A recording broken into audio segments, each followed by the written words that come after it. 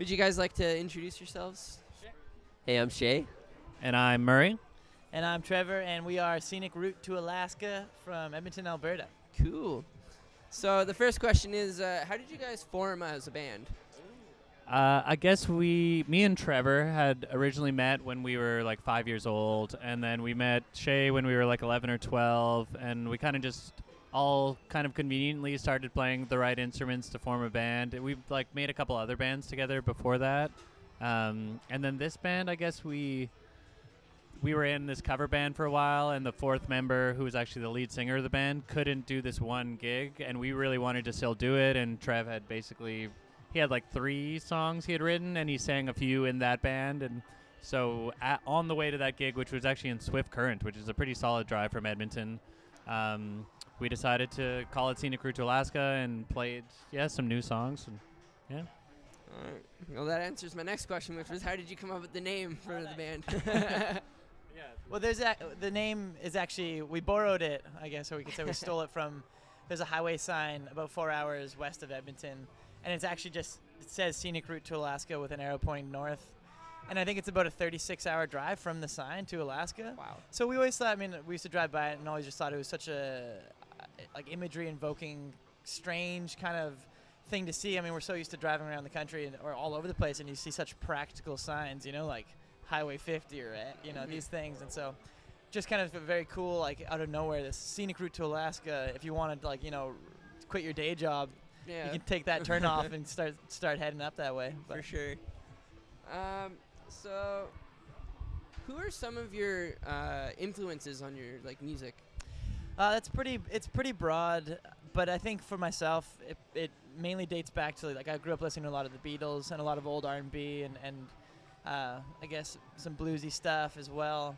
But as far as current influences go, bands like Sam Roberts and Winter Sleep and Hey Rosetta, I feel like we try to draw from a lot of different genres and a lot of different influences. Murray did a degree in jazz for the upright bass, so even some of those things kind of come into our music for sure. And then we listen to a lot of hip hop. We try to listen to a lot of things and be open-minded, just to kind of absorb as much as possible and not necessarily replicate it, but let it influence our taste a little bit. For sure. So where do you guys get your inspiration from when you're writing your music?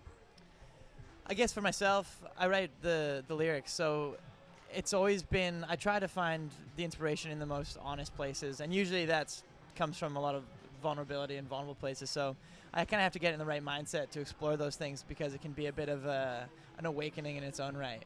Mm-hmm. But I get the majority of it has been about relationships, both good and bad, about family members, mainly when they pass away. It's kind of a reflection on those kind of things. And then as of late, the last record was more about this self-inflicted loneliness that I had accumulated from being on the road for so long and not really being able to establish new relationships back home. And kind of, I feel like when I sit down, it's just, I try to sing about what I'm actually feeling, I guess. And sometimes it surprises myself, but it's a good therapeutic thing to do. Yeah, for sure. So could you tell me about your songwriting process as a band? Yeah, I guess, do you want to answer one of these? We're going to let Shay take this one. The songs kind of come about in different ways. Trev generally will come with an idea for a song, or maybe he'll come with a full song, or maybe there's no song at all and we just kind of jam it out. There's really no rhyme or reason. It kind of just, we like to keep the process really natural, and if Trev has an idea, the rest of us, Murray and I, the rest of us, we'll jump in and just kind of play what feels natural and play what feels right for the song, and then we'll kind of structure it from there. But if Trev comes with a sweet idea and it doesn't click right away, it gets kind of tossed right away too. It's kind of like the song. I don't know. It's like the song chooses the wizard a little bit. It kind of feels that way sometimes with how we do it anyway. Yeah. So, out of all the songs that you guys have written and performed as a band, which one is your favorite to play live? I bet we all have different answers probably. for that. And I don't know. It kind of changes night to night. A lot of the songs right now on this tour are a lot newer, so it's kind of refreshing to play newer songs. Also challenging at times because they're not as familiar. But I've really been digging like Find My Footing off the new record is a great one, and Paris is an really old song that we play, but it's got great energy and it's always fun. Yeah. I've been really liking playing How It Feels recently. It's got a nice groovy part and big old chorus. It's a good time. Again is like one off the old record that I always like to play, very slow and groovy, and I like that kind of stuff. Yeah, it's kind of what Shay said. It's difficult. It changes night to night, especially when you're on tour and you're playing like 30 shows. For sure. Sometimes they'll think I love a song, and then you play it and you're like, you have to fall back in love with it because you can get bored of it kind of a little bit. But for myself, it's probably a song every year or so, which is off of our third record. So like 4 years ago when we released that. It's just like a nice chill folk song, and I feel like it always makes me feel, no matter where we're playing, what stage we're on, it makes me feel really grounded, and it's kind of nice, and I can usually get in a good headspace while playing it, and I find it's very intimate and vulnerable, but it's a good time. Yeah. So, favorite show that you guys have ever played? Ooh, that's tough. We've been really lucky to play in a lot of cool places. It'd probably be, I guess, last summer we played at the K-Days Festival in Edmonton, and it was probably like 5,000 kids and people who were just so there with us and so excited to be a part of the show. And it was a really, really powerful experience for us, and it was cool to be able to go up there and get that kind of support behind us. But we might have, there's a bunch of answers, so maybe you can cross them off. Yeah, our Edmonton CD release we just had was also really sweet. It was at the Starlight Room, which is like a 600-person room, and it sold out over a month and a half, and just had, like Trev said, just everyone was singing along and really good vibes. It's kind of funny. I mean, like, we've played all over the world, but generally the coolest and best shows are just, how the crowd is and what the energy is like, and our hometown always, provides like a really special atmosphere and support for us, so it's hard not to pick our hometown shows. Right. Like for me, the best show that I've ever played, our crowd was 7 people, and it was the most fun I've ever had on stage. I never thought that I was so excited. Like big crowds probably gonna be that. No, 7 people, I had the most fun ever. Yeah, totally. Not always by the size. Yeah, exactly. So what's the craziest or coolest thing to ever happen to you guys at a show or like in the crowd? I remember Trev was telling this story one time. We were playing in Lloydminster, and this story he always tells about how I like stole his Charizard card when we were like 10 years old or whatever. And then this guy went home and got a Charizard card and came back and gave it to Trev. That was pretty sweet. That's pretty cool. That was pretty magical. I was very, very grateful. I was sick. Holographic, I still have it. I've got it. Hopefully it'll be worth something someday. But that's cool. I remember we played in Calgary once at the Palomino, this little joint downstairs, and it was a packed house, and right in front of us, during a pretty mellow song, 2 girls got in a fist fight. So I was like, it was a very juxtaposing kind of thing, because we're sitting there doing our thing, and we don't usually have like mosh pits or super rowdy fans, so that was pretty wild. I think that caught me off guard. I bet. I don't know if I got one. I mean, we've had this, the shows are like during the show, I feel like things tend to go pretty smoothly. Like, we don't really get thrown like a ton of curveballs, but we've played in a lot of like weird places, and like that's those kinds of experiences are pretty fun. Like Berlin. Yeah, we played the show in Berlin. It was our first show ever in Berlin, and it was essentially like the room could hold probably like 15 people or something like that, and the stage was big enough. Yeah, it was big enough for just Trev and Murray to play, and I actually set up my drum kit kind of like in this separate little closet of a room that the crowd literally could not see me. But there was also like weird like strobe lights and flashing lights that were coming out from the little drum hole, and so I mean, our first show in Berlin ever was technically sold out. I think it was like it was like 15 people showed up. That was kind of weird. So if you could tour with any act from any time, who would it be? It feels like a no-brainer. It's like, the Beatles have been such a massive influence. That's kind of the stereotypical musician answer, but we really identify with that. The band would also be amazing. Even just getting to like chat with like Levon Helm and that crew. Even just watching that I Ain't In It For My Health documentary, like just hearing the way Levon like riffs and their kind of Southern American folklore, and I don't know. It seems like it would be such a cool time. Yeah, those would be my two main ones as well. I'm sure. I mean, I guess I feel like all my answers would be classic rock. So like Zeppelin. Yeah, Zeppelin would be sweet. Yeah, pretty much anyone from back in that era. The Rolling Stones would be sick, obviously. Yeah, the Who would be deadly. Yeah. Sorry, lots of. Yeah. We can't party with those guys though. No, we couldn't keep up. So how do you guys pass the time on those long drives between shows when you're on tour? It's difficult sometimes. I guess as of late, on this tour, we've been touring with another band, Mcdavid, and they're a three-piece. So the six of us are sharing one van. And at the beginning of the tour, we put $7 American on this game called Amazing Brick, which is just like a really simple game where you just like try and get the highest score on a level, and whoever has the highest score we call the brick master, and by the end of the tour they're going to get that $7 American. Okay. So a lot of time has been spent playing this very mindless game, but we often just listen to music, try and rest up while we can. Like it's sometimes hard to find quiet time and downtime. We all kind of do our own thing. I personally like to put in my headphones and have a little bit of space to myself, because you share so much space on the road that you got to find ways to still stay mentally calm and do your own thing. But probably should be reading more. But we try. We don't have room to bring books on tour anymore. But whoops.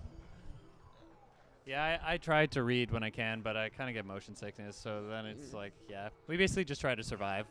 Yeah, that's how we pass the time. Yeah. You too? Surviving. So do you have any advice for like new artists or people that are thinking of becoming professional musicians? Yeah, I guess the biggest thing we learned kind of at the beginning was, I guess we just kind of expected a lot of things to happen. You know, we were like excited about our album, like the very first one, and we were like, oh man, like someone's gonna love this and something's gonna happen. But so we kind of just like put it out, and then kind of nothing really happened, and like we learned a little bit more every time. And what a lot of industry people told us was that we really needed to just like get out on the road and live out of a suitcase for a couple of years. And at first we were basically just booking our own tours and grinding it out. Like there were lots of bad shows, but even just getting out and doing it and making things happen. And we're like still doing that because our market is building in Canada, but we just did the States for the first time, and that was very much like a kind of make it happen type thing. And we just did Australia in November, which was also kind of the same thing. So we're really just trying to do that as much as we can, just like if stuff isn't going on, really just like try to make stuff happen. Yeah, and one big thing for us too is just being a part of the community. Like when we first started out in Edmonton, where we really got our name was just kind of playing as many shows as possible. It's very stereotypical, but like the more shows you play, the more people you meet, the more ingrained in the community you are, and you really need that help in this industry to get people to check your tunes out and to be able to get a little bit further every time that you put out any kind of material. And yeah, I mean you start to realize how small the music community really is across Canada. You can cover so much land geographically, but everybody seems to know everybody in the scene, and so it's really important to be a part of that. Yeah, and even just like going to shows, also not just playing them, but try to go to shows as often as you can. And like we meet a lot of people who are like, how do I find like a bass player for my band, or how do I find a drummer? And we're always like, man, just go to a show like every day for the next month and see who you like and talk to them after the show, and try to be as much a part of the community as you can be, and be nice to everybody. Yeah, that's for sure. So how do you guys see social media kind of affecting the music industry now?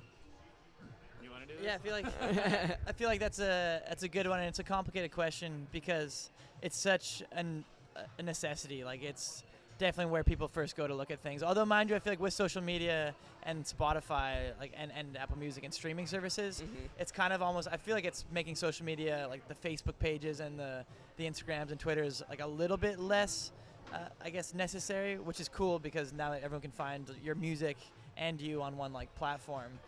But I feel like it's tough. We struggle with trying to show off like who we are and our actual personality, and then you have to balance it out with also not selling yourself, but you do need to be promoting what you're doing and your music and whatnot. So, I mean, there's a bunch of different theories and rules, like the 80-20 rule, where it's like 80% personality, 20% selling yourself. But we don't really stick to any guideline and template. But I think it's just kind of one of those things where it's a trial and error process, and I feel like people who try to do it like social media perfectly often lack character, and then sometimes fans, it's hard to identify with those kind of things. Yeah, for sure. I don't know.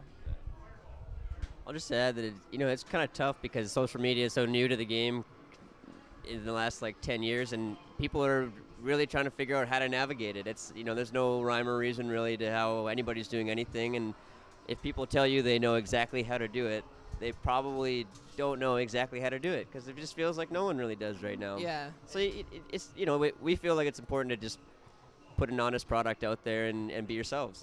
It's as simple. For us, anyways, it feels as simple as that. I don't know if it's working, but yeah, and it changes so quickly. Like every time you figure out how to get traction on Facebook or something, they change the algorithm, and then the stuff that used to work doesn't work anymore, and you got to pay for all these ads. And so yeah, we just try to basically be ourselves on there as much as we can. And sometimes we're kind of lazy about it. Like we don't post as much as we should, but we're on tour and we're also just trying to live our lives a little bit. So yeah. So this last question, since all four of us are Oilers fans, who is your favorite Oiler besides Connor McDavid? Maybe I'll do a current and a past Oiler. Let's do both. Can I do Leon Draisaitl? Oh, yeah. Everyone has to. Someone's going to Dangler. say it. Yeah, Draisaitl's amazing. And I guess a past one, I don't know, Dougie Weight? Oh, yeah. It's a good one. Favorite Oiler right now, other than Connor McDavid, I'm happy that you put that little stipulation in there because he's amazing. But I don't know. I think I really am a big fan. I love them all, about as equally as possible. But I love the Nuge because the Nuge has been a long run in Oiler for a long time. He's a special guy, and he's really coming into his own these last couple of years. Yeah, for sure. Favorite past Oiler, I got to go with Ryan Smith. He's about as classic as it gets growing up in the 90s and watching the not really the playoff runs, but them getting to the playoffs every year with Smitty. It was a special guy. I agree with both these guys that I love them all. Hard to pick one. I really liked, that's tough. I like Nuge, I like Dry. I do like them all. I really like Zach Cassian's work ethic and his effort, and I feel like he's changed his act, and he's been a good part of the community, and he gives her 120%. Oh, for sure. Every game, and I respect guys who have a lot of heart and I think a lot of determination in the locker room. Past Oiler, I'm gonna go with the classic, great one, Wayne Gretzky. Of course. But there's so many. I mean, you gotta say it. Like it almost seems like a Connor McDavid thing. We can't say it. Yeah, right. So if I can't say Wayne Gretzky, maybe I'll go with Mark Messier. Okay, that's always my go-to. Yeah, but then other than that, Dougie. Because I don't want to be that. Smith, Yeah, I don't want to be that Jason stereotype. Cujo, we got them all. Yeah. But, Yeah. Go Personally, for me, it's probably like Draisaitl or Nurse, or maybe even I don't know. Now that I'm thinking about it, I'm not sure either. I know that Eberle was my favorite, right? Because he was the first draft pick that I saw them get, and because I was 13, 14 when they drafted him, right? This was the first time I was actually paying attention to hockey. Right. So him and probably Nuge. Yeah. Those are my Bunch two of faves. beauties. Yeah. Bunch of beauties. You'd think with this lineup they'd make the playoffs. Let's not go there. Hopefully we'll be doing this next year, and we can reevaluate the for team. Sure. But, so thank you guys very much. Thanks for having us, Kyle. Yeah. Yeah, appreciate it, Kyle. Thanks. No problem. Pleasure.